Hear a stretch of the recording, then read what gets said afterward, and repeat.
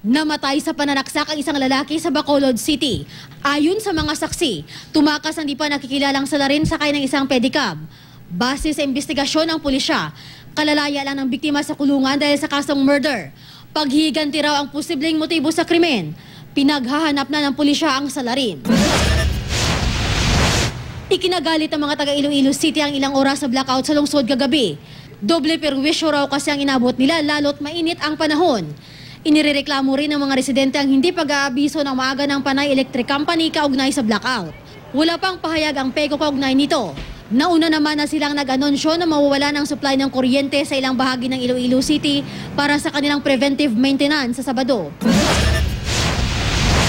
Sa Cebu, bukod sa pagsasayaw, nagpakitang gilas na rin ang dancing inmates ng Cebu Provincial Detention and Rehabilitation Center sa paggawa ng tinapay. Isang bagong bakery na pag-aari rin ng naturang jail facility ang binuksan sa lungsod. Doon dinadala ang mga tinapay na ginawa ng dancing inmates. Ayon sa lokal na pamahalaan, sa pamamagitan daw nito, makakaipon ng pondo para pambili ng mga gamot na wala sa mga klinik sa syudad. Pandagdag din daw ang kikitain sa pondo ng mga pampublikong ospital.